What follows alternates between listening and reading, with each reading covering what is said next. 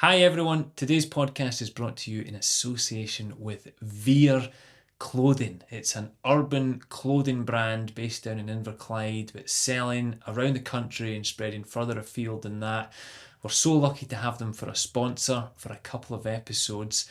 If you don't know, Veer is a Scots word. It's a Gaelic word that means strength or vigour, power.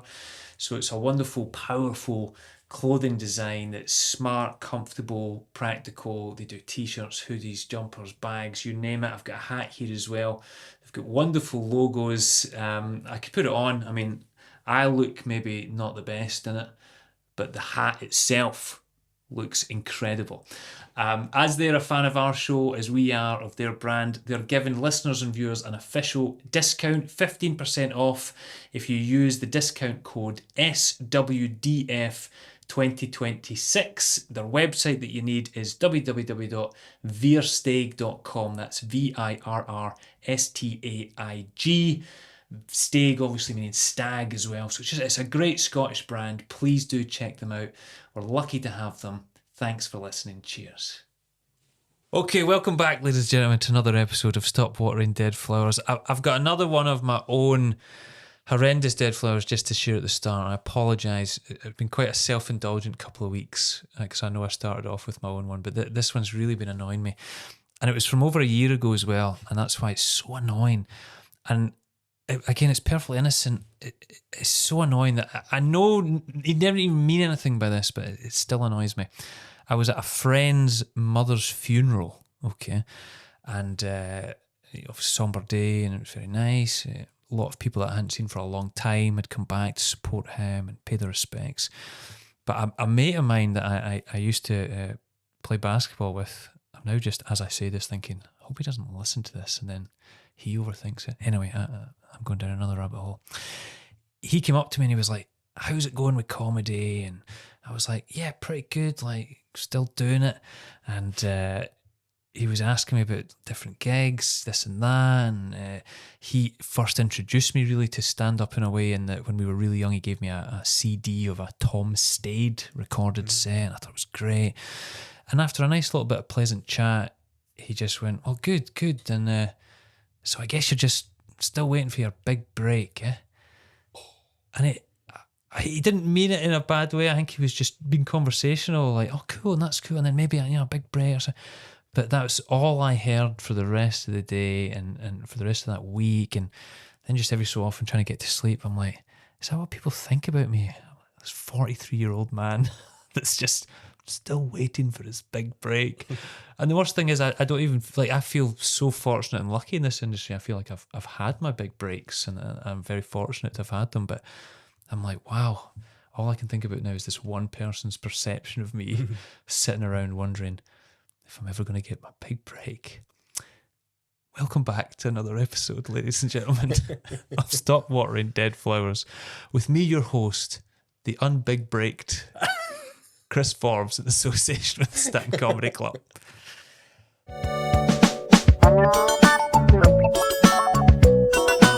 Stop watering dead flowers.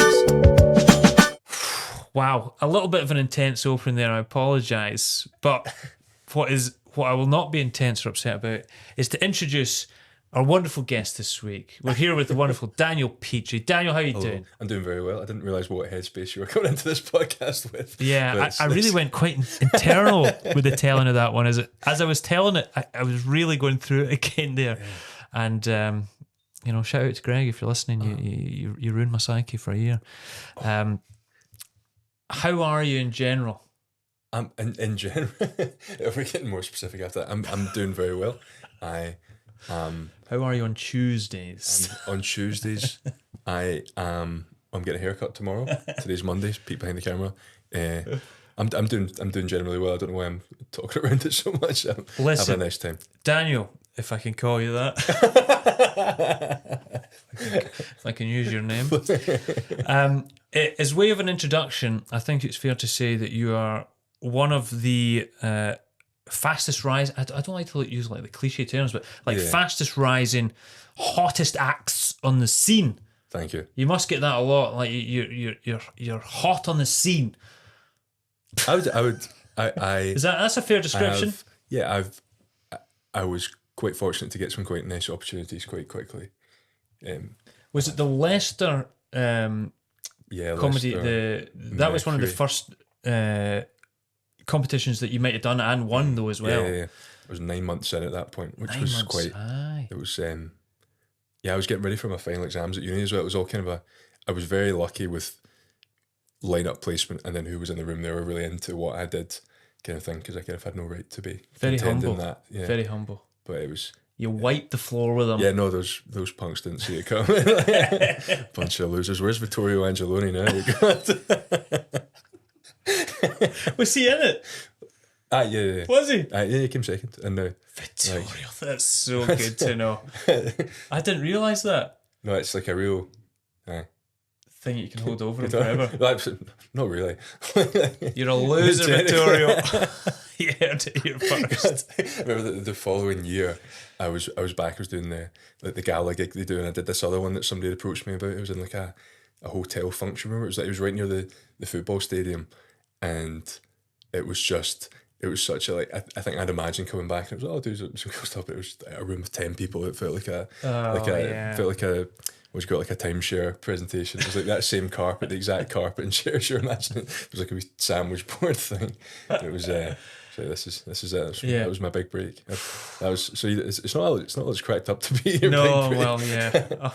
Not that I ever thought that would be a big thing. But. Well, however you got to that point, we're lucky to have you here as another homegrown Scottish hero of comedy here. And I truly, if you aren't familiar with Daniel's work yet, go out and see him. You're brilliant. It's such a good, new, unique voice as well. Your delivery. Anyone that might have seen my show at Oran Moore, what was that, maybe 2 years ago as well, you opened up the show as well superbly. And I feel like loads of people, you're one of the acts that every so often when a new act comes through, people that have been going for a bit longer always go, he's good. So, like, you've opened up for loads of folk as well. Like everyone trying to get like a piece of that Daniel Petrie before he's got away from us. But that's like the best compliment. Is like so many people want to be associated with you coming up. So a fantastic comic. And as you mentioned there, you were in the throes of studies and exams. I mean, are we okay to mention the fact that I am a doctor, like qualified doctor. Haven't done any medical work since the start of December, which has been nice. Yeah, a lot of people died. Yeah. It's like, Well, you've been at work, but I've just not been doing it. Just a sit-in protest. Doing me jokes to them. Is this thing on? Oh no. What is it about, I mean, maybe this is the kind of question that comes up all the time. What is it about the medical profession that seems to harvest people that also have an interest in comedy, or that they almost kind of go hand in hand? Is it that it's quite a severe industry and so you kind of need the lightness of then comedy, or that there's quite a few comics that have come out of the medical profession? Yeah. Like Paul Sinner and Harry Hill and others. Yeah. I remember, I think the first time, I wasn't someone who was always getting told, you should do stand-up, you're really funny. But one of my pals at uni, Craig, had just mentioned, I hadn't heard of the stand, and he made a throwaway comment at some point, you could be be a doctor a couple of days a week, do the stand the other 3 days a week. Like, he doesn't understand that that's not how it works. That would be good. That would be a lovely way to live, but it's not structurally possible. But I just applied to Red Raw, did that. But I remember I kind of got the itch for comedy because I was like the rep, one of the reps for like the year club in medicine, where you'd organise like the ball of the year and all that, and events throughout it to raise money and things. And you would do like a little sort of plug at the start of a lecture, and I felt weird going up if it wasn't funny. Yeah. So eventually, some of them big swings and misses, but like I remember a couple of them were good, and I was like, that's a nice feeling. So I'd like played to like 200 folk long before I ever did the stand or anywhere. That helps. I've always liked being funny and stuff. I've definitely not always been funny, but I've always liked the idea of it. I remember I used to go to church a lot with my parents when I was a wee guy, and there was a time, what was it? There would always be, for the all ages service, the kids would stay in for the first bit before they went to Sunday school. And somebody would do a wee talk just to them. Yeah. And I remember there was one where there would always be some sort of metaphor, and there would be a bit of an angle they're coming at. But this lady came up, I can't remember her name now, but she came up with two tin cans and string, and then she was like, "Oh, what do you think of my new phone?" And I, being like 7 years old, was like, "You were done," and like, which like. I don't know where the boldness came from at 7 years old, because like I was like a little fat, quite quiet guy, and but there was just something about knowing that just being funny is impressive in that sort of setting. Like, Did it go down well in that setting? It ripped. It yeah. did. It ripped. Yeah. Oh my god, ripped. It wasn't like silence, heathen. Like it's not. No, it was great. It was quite a like 1960s built church full of nice folks. Shout out. But no, it's just one of those. It's like I love a situation where just being even slightly funny is really impressive. Like I always grudge it. See when a restaurant waiter is fucking killing with like just hack shit, like sliding the bill to the baby. So like it's great work if you can get it. But I just like I almost miss when there wasn't an expectation to be funny. Now it's like, what the fuck are you doing if I've not had like a funny minute on stage? It's like I always think that about. I feel like slightly differently. But I'd always had an interest in comedy. I didn't know I would ever get the chance to do it. But I did feel like I was like a funny person with just my mates anyway. So I always felt like, oh, I was quite funny. And that sometimes people would be like, oh, you should try comedy, you should do it. But then see the minute I actually did become a comedian, then it's the opposite. Because if you try and be funny as a comic, your actual mates just go, oh, he thinks he's a comedian. Yeah, that's the thing. Then they hate you for doing it. Yeah. I would say all my like actual friends are like, you'll get a bit of like stick, because it's like it's a very, even the nicest person, it's such a narcissistic thing to do, to pursue in any proper way. But I think folk that actually wish you well are like, oh, good for you. Like, I love seeing somebody just stick their neck out and have a go at something. Yeah, I've got pals that are like DJs and stuff. It's cool to see them big time going slightly a different way. Got a pal who's a doctor and is also a DJ. Dr. DJ. Dr. Big DJ. Good name. No, it's what's he go by? Nuclear Boyfriend. Shout out, Elliot. Shout out to Nuclear Boyfriend. Yeah, shout out. What kind of doctor is he, man? One with his foot halfway out the door. But he's just said you were under his care and you found out his name was Nuclear Boyfriend. You're like, don't know about this. Gonna inject someone's sharp scratch. No, I definitely, that's given me such a, doing it and knowing how embarrassing it is to come and do something. Like, you think you're that type of thing. I've got a real soft spot for other folk that big time do that. Like, I always say that about anything that's peripheral, in Scotland in particular, where everything's generally quite a, people play football and you support Rangers, and then I think because I was a basketball player, I always loved people that were like, oh, I get into ice skating, or play baseball, or just like anyone doing something different here is always impressive, because it is hard. Because there's such a culture of just like, shut up, don't do that. Like, the ready thing. Listen, shout out to all you creatives out there. I know, Eliza, I don't know how you've done it. Get your, play the didgeridoo. Don't let them tell you can't. Yeah. Didgeridoo, not didgeridoo. That's the clip. That's the joke that won you the award. Yeah, close to that, yeah. Tori was like, I was going to do the same one. Looking at this podcast format in particular, how are you in general as a person when it comes to holding on to things, these little brainworms as we call them? Are you haunted by these types of memories and thoughts, or are you generally quite good at dealing with them? Yeah, I didn't realise until I started trying to call them to memory how much I've been suppressing some things. Like I'm a big, like if I'm worried about something, it will consume me. Yeah.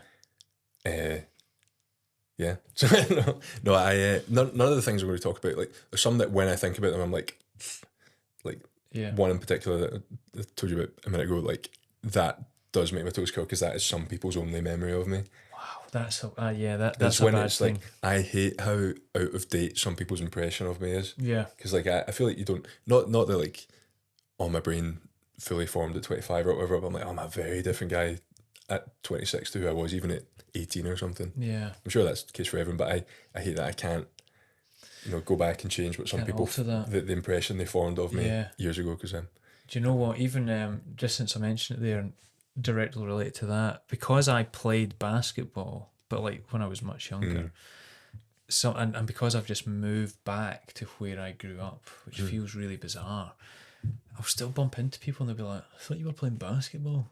Like, so I'm like, in their views, I'm this failed basketball player from like 25 years ago. I thought you were playing basketball.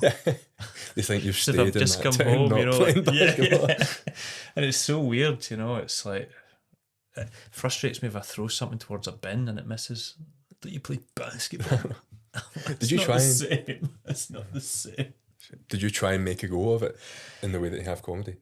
Yeah, I mean, in a way, I did in terms of going to America and playing basketball over there. But I've probably bored people that listen to this regularly about my past glories. But it was like it was on the table. times. Like you could have. I mean, potentially. I like to think. What I like to think now is that the game has progressed so much more, even just here now. Professional teams and gladiators. That maybe if those pathways had been around 20 years ago when I was there. Maybe I could have done more there as well. I think back when I was playing, it would have been Europe. You could have done it, but no. The truth is, I think at the stage where it would have gone to professional levels, I wouldn't have been good enough. Yeah.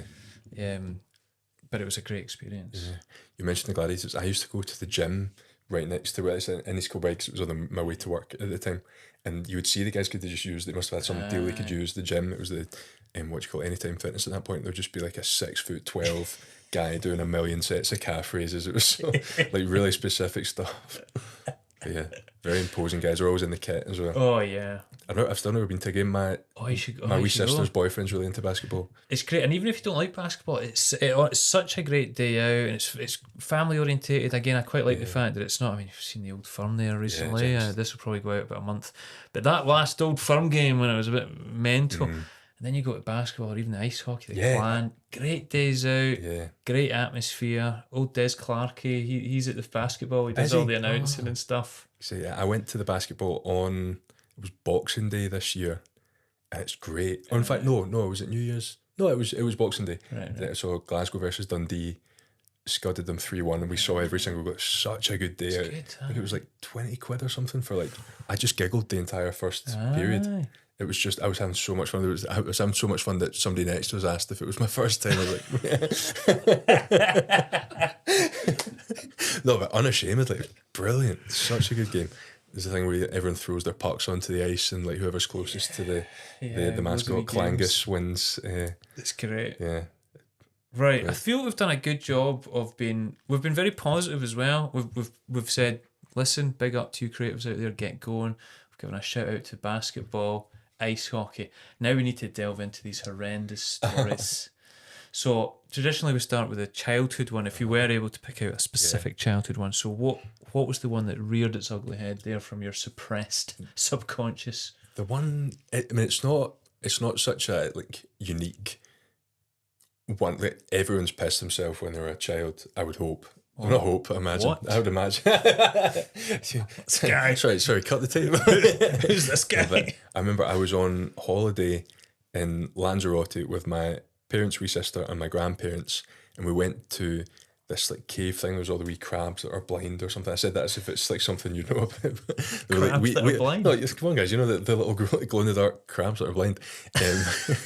But there was a thing where it was like there was this big swimming pool, and I think it was like the King of Spain's one that he comes to was there, and obviously being Lanzarote is very Spanish, officially potentially might say. There were these toilets there, and I would have been 7 or 8.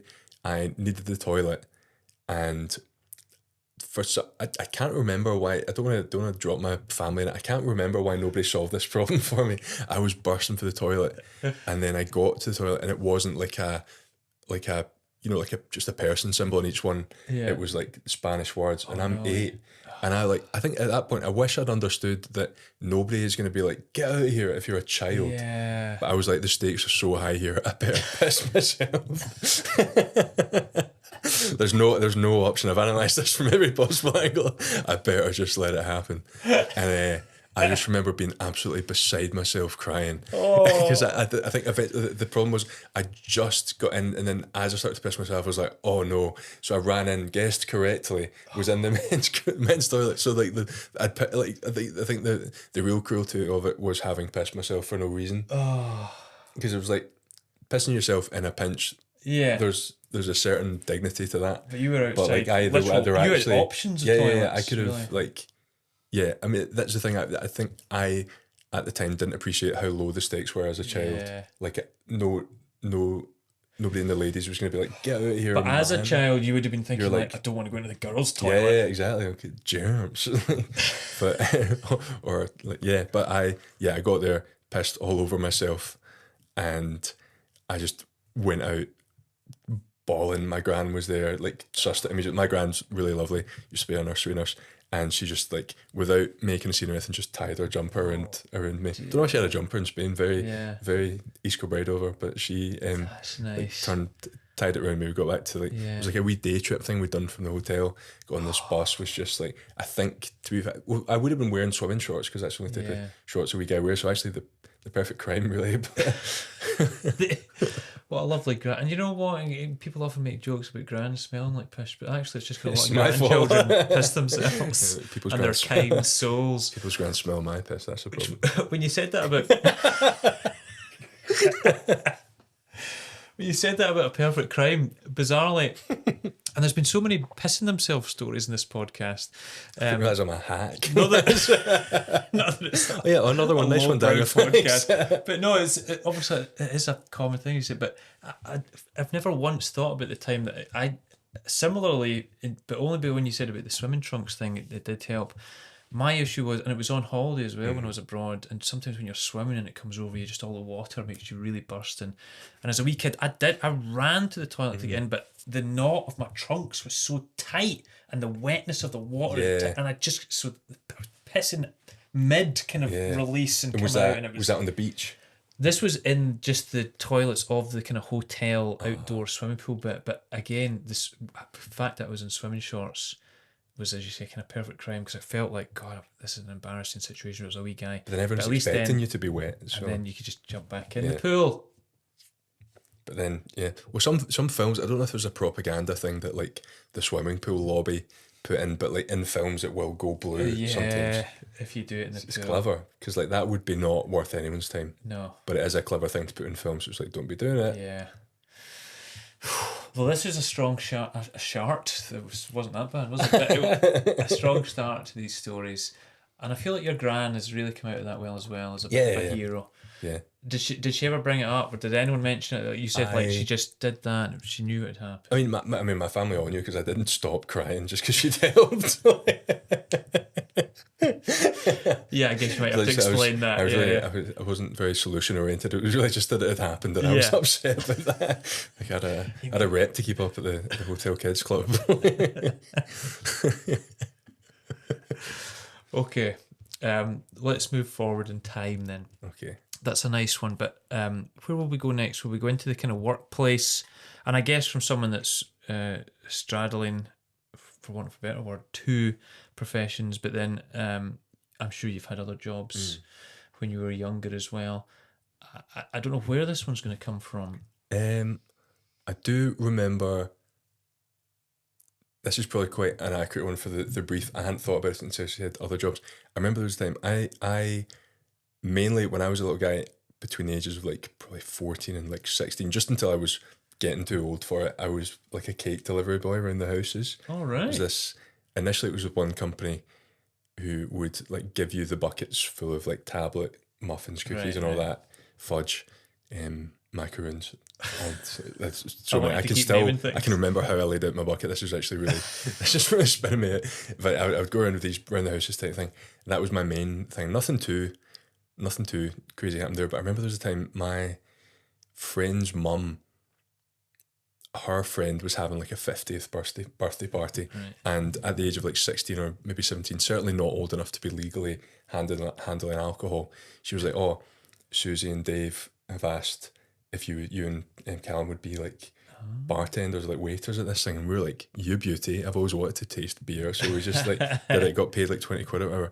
But we're doing this, we got like we were like had it a little bit, we weren't like out of control or whatever. But I remember as it was towards the end of the night, I remember somebody making some sort of joke like, "Oh, should we tip him or something?" And I turned around and went, "Yes, please." And they didn't. And I occasionally think of that. See, when I find that very specific moment, I think what you're supposed to see when I'm finding somebody of about that age annoying, I'm like, nah, just remember, like it's a real like touchstone, you know, like the like think 5 things you can see, you know that. Like I really have to be like, no, remember, you're like, please, like I give people of that age so much grace because I'm like, I absolutely sucked. Like I think I was fundamentally a nice kind guy, but just such a loser in some respects. Like, Oh wow. Yes, please. and that's the extent of the story. It's a nice one Yeah, though. it's such a perfect, like, no, I absolutely misjudged that. It's like, I thought, oh, they'll love this. They're big fans of me. They're gonna love this riff. Like, Oh no. I know. Maybe they were gonna give you a tip. because I'm the guy they didn't know particularly because they were all friends of my friend's mum. Right. So I was the guy who's like, who's this like other guy who's been way over familiar with it. Like, I remember getting so up to. I've never worked a bar job or anything. I remember I was getting so up to. I would like memorize what somebody would have and just bring them another one before they finish it. Like as if I was like, I did that mainly because I found it was fun. I wasn't really. It hadn't occurred to me that tips were on the table, and then I lost control of myself when somebody put them on the table. Oh, bad. Yeah, I hadn't thought about that for. Oh, it's a similar one, but it also involves piss, so it's not really worth it. The more piss-based stories, the better. That is. It's not worth it. No, it's. This was the summer between 5th year and 6th year. I was with a small group of pals, I think me and 4 others. My family would always go on holiday to Arran, and we were there, and they were like, "Oh, why don't we come and join? We'd go to a campsite or whatever." And it was that I think we'd had one night before this happened, and then we went along. I think my pal had tried dressing up as though he was playing golf to try and get served at the co-op, but obviously they're like, "No, you are still visibly 16," so that didn't work. But then we just kind of accepted our fate, and then 2 of the guys had gone along to look in a jumbo shop or whatever, and they came sprinting back because they'd run into 2 guys that they knew from like the BB or something, and they were like, "Oh, we'll get you alcohol."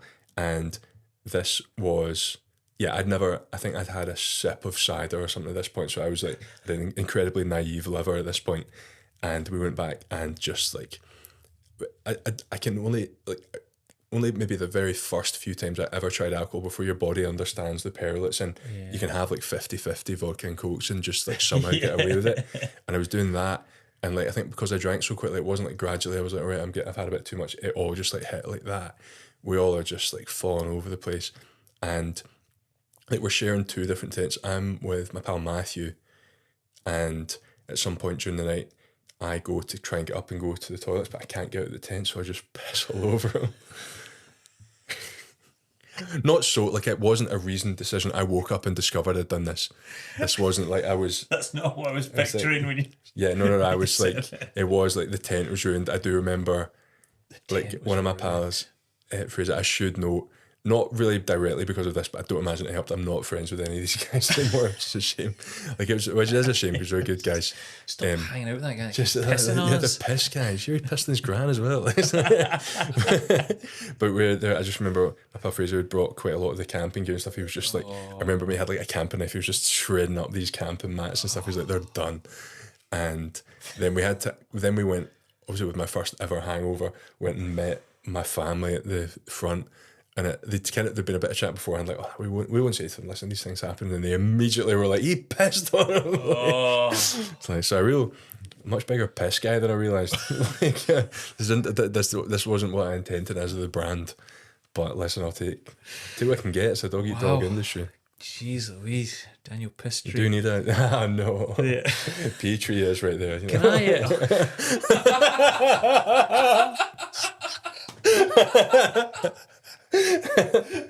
What an idiot. Unbelievable.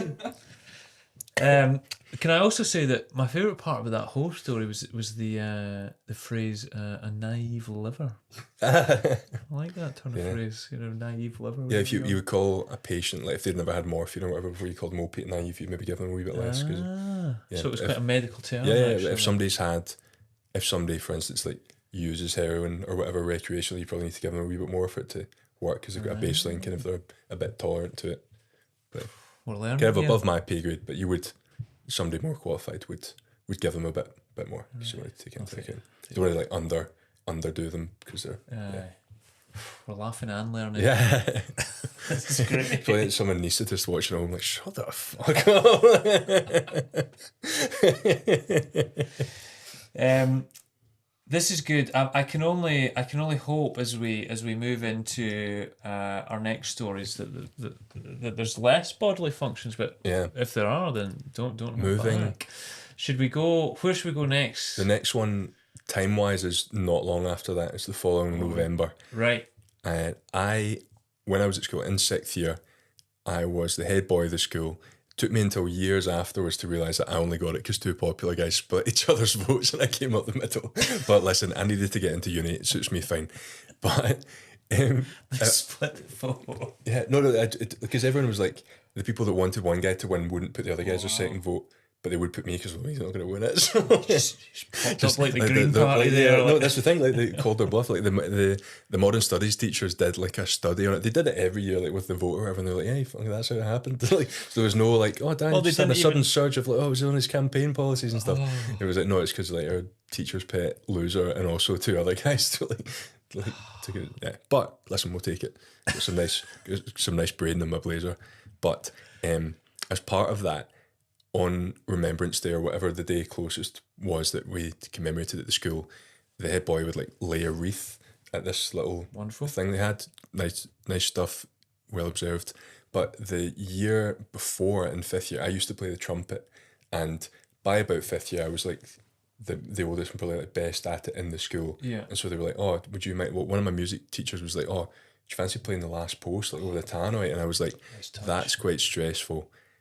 Could we like record it?" She's like, "Yeah, cool, let's do that." Wise. But I very slightly messed it up. Like not like you wouldn't listen to it and be like, "That's bad," but like I played a note wrong or did it in the wrong order or something.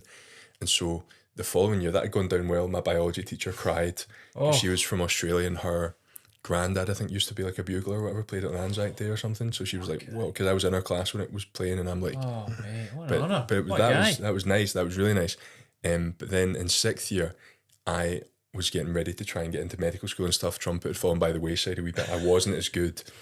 And they gave me the call up and they were like, "Oh, Daniel, you know that recording from last year, we're listening back, it's kind of not quite right. Do you just do it live? It was so good last time." And I was like, "Of course, yeah, great." And I was not match fit for this, but they got me.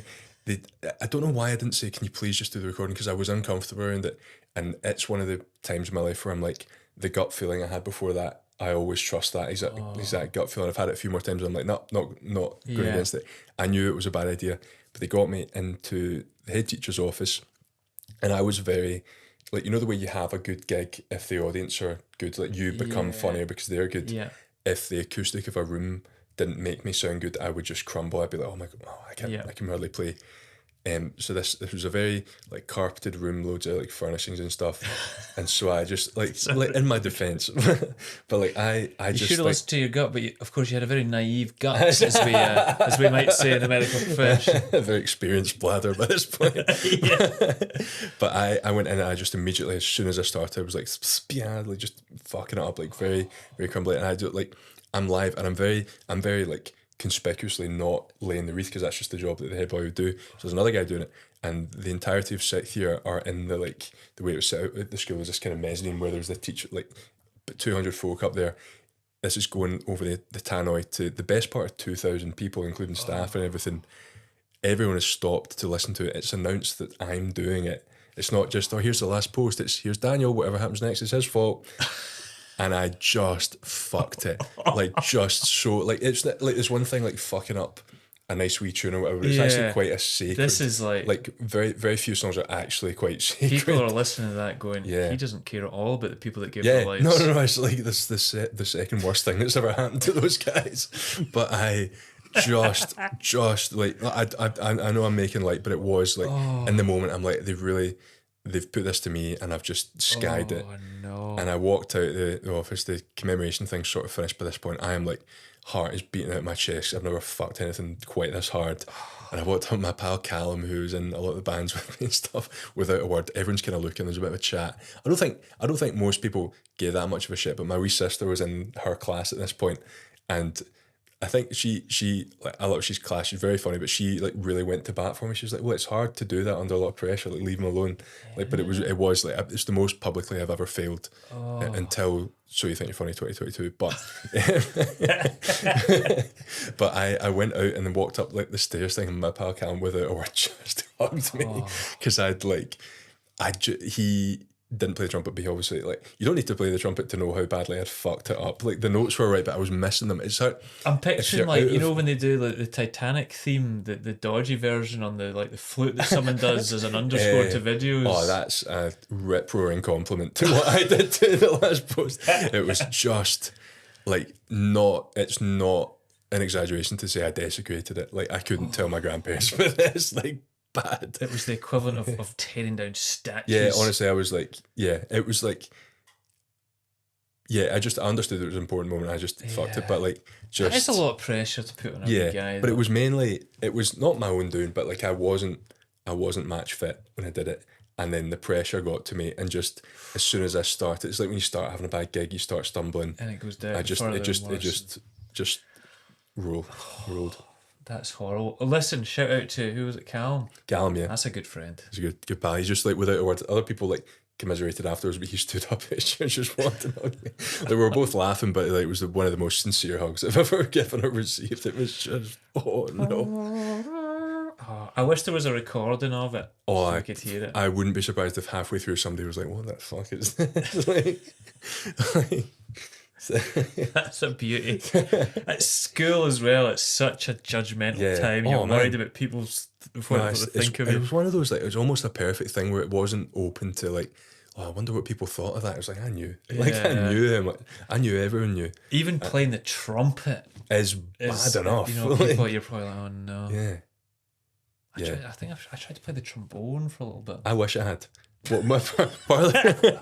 No, that's obviously that's framed by the anecdote. Just period. I do wish I played the trombone because I think I would still play it more because it's cooler. I thought it was this is very much stemmed from when I was primary 4 or 5 when I picked up the trumpet, and they gave you a shot of both, and I made a louder noise on the trumpet, and also as a kind of quite pudgy wee guy, I was very aware of the trombone being the fat guy musical instrument. So I was like, I don't have that. I need to have a nice skinny snatched trumpet. So But it turns out, and I learned that you can look fat holding any instrument. But yeah, I do wish I played the trombone. But I made a lot of good pals and had good times other than that. But do you know? That's one of my most public failures. From the earlier story, you're like, you don't really speak to those guys with the camping trip. But do you still know your friend Callum? He sounds like he would have been like a lifelong friend. Him and a few others. I don't see that much of him anymore, but like him and a few others that I am still like in contact with. Particularly like guys that I went to bands with and stuff, they got it because they really, everyone understood I'd made a mistake. They knew how I felt. Well, listen, this is the big question though. Do you still play the trumpet at all? And would you do as... but do you play it at all? Do you want to get no listeners? I'll do you a jingle.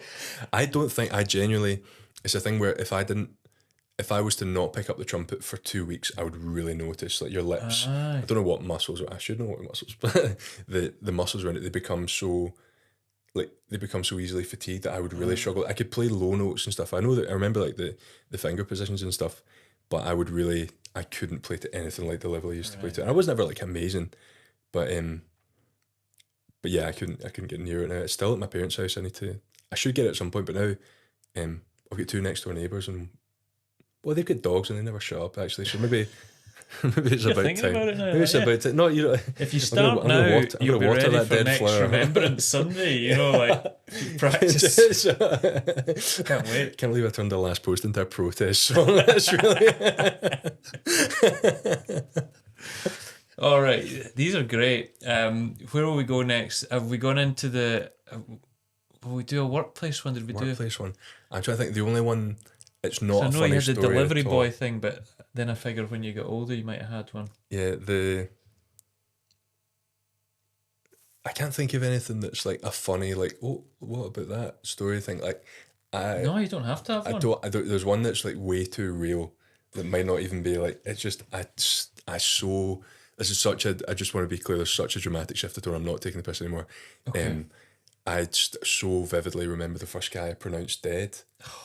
which is like, sorry to like drop that in the No, thing, but like that it's must still be so hard. Yeah. it's man. I remember his name. I remember his face. He was a relatively young guy, probably like ages with my parents. Had died of like widespread cancer, and I just remember it would have been one of my first weeks of work, and they were like, the way it tends to work is a nurse will be like, would you mind with like room 8 or whatever has died the family? Would you mind talking to him? I just like, I was not to like, you know, everyone brings everything back to stand up, but I was so glad that I'd done so much speaking under pressure when it came to that moment. By that point, because I've been going a year and a bit at that point.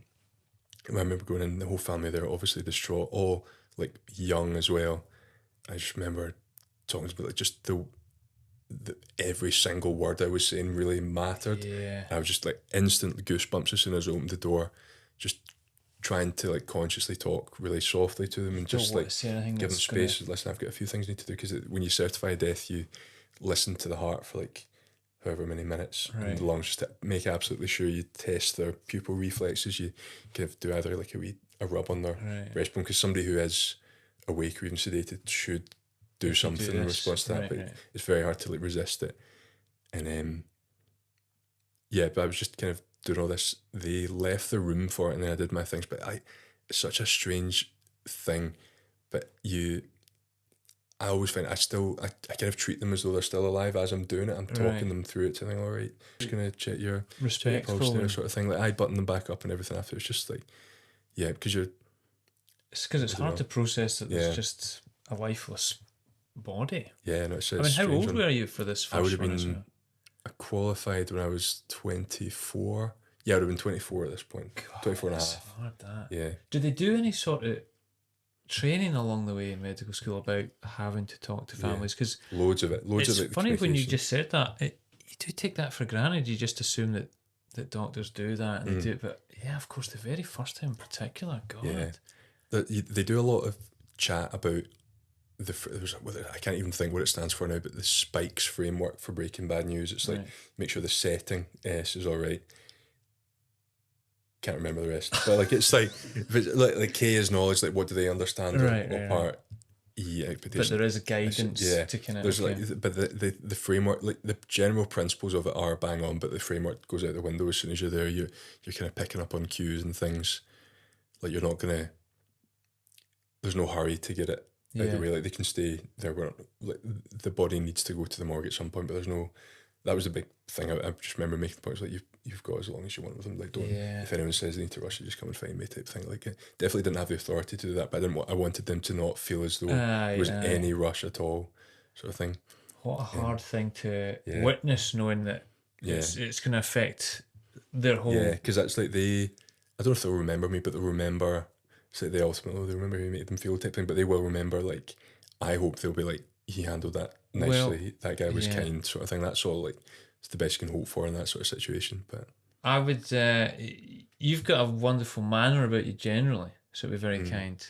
In fact, what I should try and organise for if I was to die, I should try and make sure you're the one that tells my wife or children, because I feel like you would do it very well. Yeah, I can do. Very caring. I can like pre-record it if you like. Well, you can just a pre-record like the trumpet might be better than live. Exactly. You fuck it live. he's dead. But that is honestly, it's really interesting to hear about that, because I think you take it for granted that you often. Yeah, in hospitals, I've really not thought about you guys having to do that, especially the first time. And I often associate that type of tough job with police officers. I've got mates in the police that have to go to families and knock on a door, and I felt bad. In some ways they've probably got a lot worse than that, because it's like young people who've been hit by a car or whatever. Not that it's not sad for no person, but like most people that died in hospital were at least a little bit expected. Is it something that I can't imagine that it's something you ever get comfortable with, but does it get easier? Do you find ways of language that works? And remember, like my heart was beating at my chest the first time, and I was so just your mouth instantly dries up. Yeah, and no, it does get easier. You're never going through the motions, but you know the beats to hit, and it gets easier. Like I don't really need to think. Not that I've done it recently, but I don't need to think about what the process is once a minute. Just kind of happens. Yeah, and it's just you just manage it like any other conversation. That you just pick up on cues and say what you know is roughly right. It doesn't matter what order you say things in, as long as you get the point across.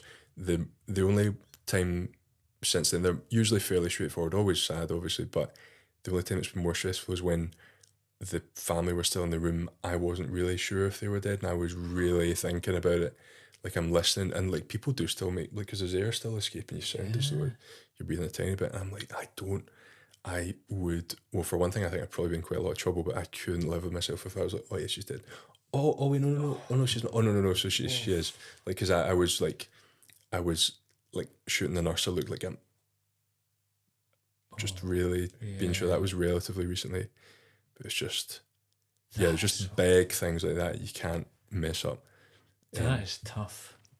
What a thing to have to do. Yeah, and then like the amount of times, I've never ever, very important to be on record, I've never ever like compromised patient care because of comedy, but there have been times where I'm kind of checking my watch, like, well, not during a tough conversation, but like, I've got an unpaid $5 in Edinburgh in half an hour, for God's sake. Like, but the way your priorities end up when you're split between, because they're equally important to me. Yeah, exactly. But try explaining that to anyone else, especially my maternal grandmother, who's preemptively spinning in her grave right now. The shift of mindset for the two jobs is wild as well. If you've had to do something quite serious or traumatic, and not even necessarily having to pronounce someone dead, but just doing something very serious in hospital to then a comedy setting is a wild swing. I know. For your emotions. Oh, do you know what I was going to ask?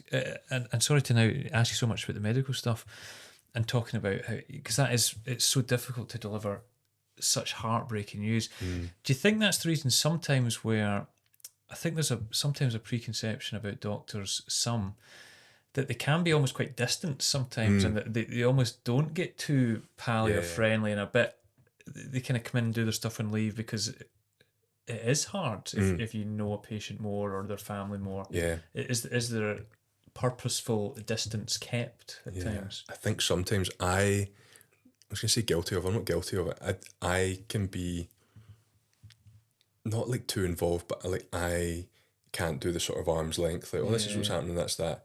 Like, if they've got a concern or whatever, I want to talk to them and sort it, sort of thing.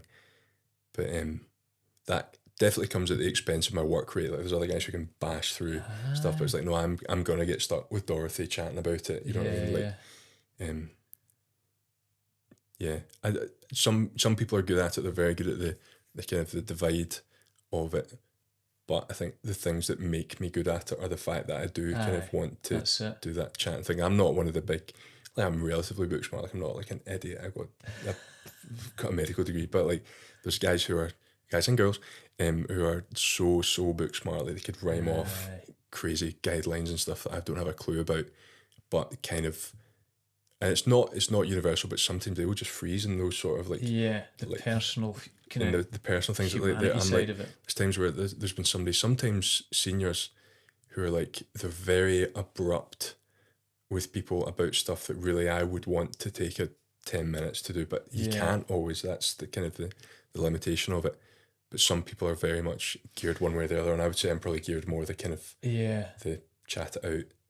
That's good to hear. I think even this, and we've kind of gone on a tangent, but you know, we had a baby 3 months ago, and at one point it was quite a traumatic birth. But the first consultant that came in and was being quite harsh. Obviously, it's a serious situation, but the way she was saying everything was almost really jarring with what was happening. Even though we knew it was serious, it was almost making my wife more defensive. And then a different person came in and basically said all the same things, but in such a different way, did it in a different manner, tried to include Eleanor in the discussion, and it made all the difference. When people talk about that kind of bedside manner, I guess. There's a place for both, definitely. But in that sort of situation, like, on the patient facing side of things, I think you need to be a bit more softly. Be direct if you have to be. Like, there's a call to be made, like, what are we doing here? I need an answer.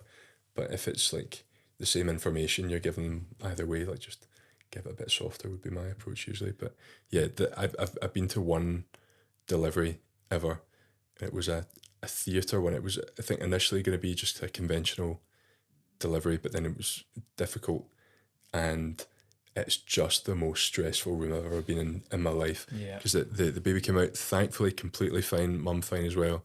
But there was it must have been 20 seconds. It felt like forever that the baby didn't make a peep. Yeah. Oh, yeah. And there's like the parents are both beside themselves. I'm there. I'm student at this point, I should say. So I can't help in any way. I'm just watching this and being just helpless in that room, as I imagine you felt as the dad there. Like there's nothing really, you can will it better, you can't do anything materially. It's just the worst. Well, not the worst feeling, obviously much worse to be either of the parents in that situation. But just one of the most like, it's a high stakes. Knowing that they're darting their eyes around, they're crying. They're looking to me almost for reassurance. I can't do anything here. They sorted I think the obstetrics consultant came in and just did some sort of crazy maneuver that they hadn't quite resorted to yet, but she was like, no, call it to this. And the baby was fine. And then I went and chatted to the family. Have you heard the one about... Yeah. I pissed on my gran one time. Not on my gran, that's an incredibly important clarification. Although as a child, I imagine so. Like as a baby. Well, yeah. I've had a nappy changed in my time. In my very early time. But it's mad. No, it's just it's such a wild thing to me that you exist in both those realms, and they're both high pressured environments as well, like the stand up and doctor. I mean, it's impressive though as well. These have all been really good stories, I actually think, in terms of sharing them and hearing them. They're actually quite educational, and I think they'll resonate with a lot of people. Is there any other ones that you have or want to get off your chest, or do you feel like you're in a good place? Well, I mean, I'm generally I keep a pretty even keel. I'm subject to stresses as anyone is, but for the most part, I'm almost like I was saying this to someone recently. I'm not almost like I'm a bit too content at baseline. Like I don't strive for that much. But you always, I mean, it can be misconceiving, I suppose, but you always seem pretty calm and level, and you seem to have you've got a very good vibe. Yeah, thank you. But you tend to see me in an environment where I'm happy, because I'm always chuffed when I'm doing a gig. Usually. Not always. I've been to Cumbernauld. I've been to Kilwinning. I have to make sure I say that every episode now. Is that a big bad one? Well, what have you got gig-wise coming up that you're looking forward to yourself? Are you doing... this might be out, maybe... It might be out in the last week of the Glasgow Comedy Festival, but maybe afterwards. Are you doing that? Are you doing the Fringe again? Are you... I won't be doing that. I don't have anything lined up properly for the Fringe. I'll probably do some sort of split bill, but it's not confirmed yet. I'll get around to getting online in some meaningful capacity at some point. Oh, it's hard. It's horrible. I think I'll be doing the King's Theatre. Well, this will already have happened, but Connor's getting me along for a couple of the King's Theatre dates. Yeah, his run. Yeah, my employer. Supporting Connor Burns. But no, if you get the chance to check out Daniel, really you should look out comedy lineups. He's on the circuit. You're everywhere doing all the gigs. So Daniel Petrie, thank you very much for coming on. Thank you, and thanks to everyone again for listening, watching. Thanks to anyone that's kind enough to sign up on the Patreon. I just want to give a shout out to the wonderful Joanne, who's just signed up, but sent me the most wonderful message on Instagram. It was so kind, just as I was thinking, this podcast, it's hard and keeping things going, and I say things like piss tree when Petrie was right there on the table. You've installed confidence in me to keep going, Joanne. It was such a lovely message, and thanks to the stand. Big Sean Stables here. You've never seen him, but you've heard him chuckling lightly in the background sometimes. Very lightly. Chris Thorburn. We'll see you next time. Thanks very much.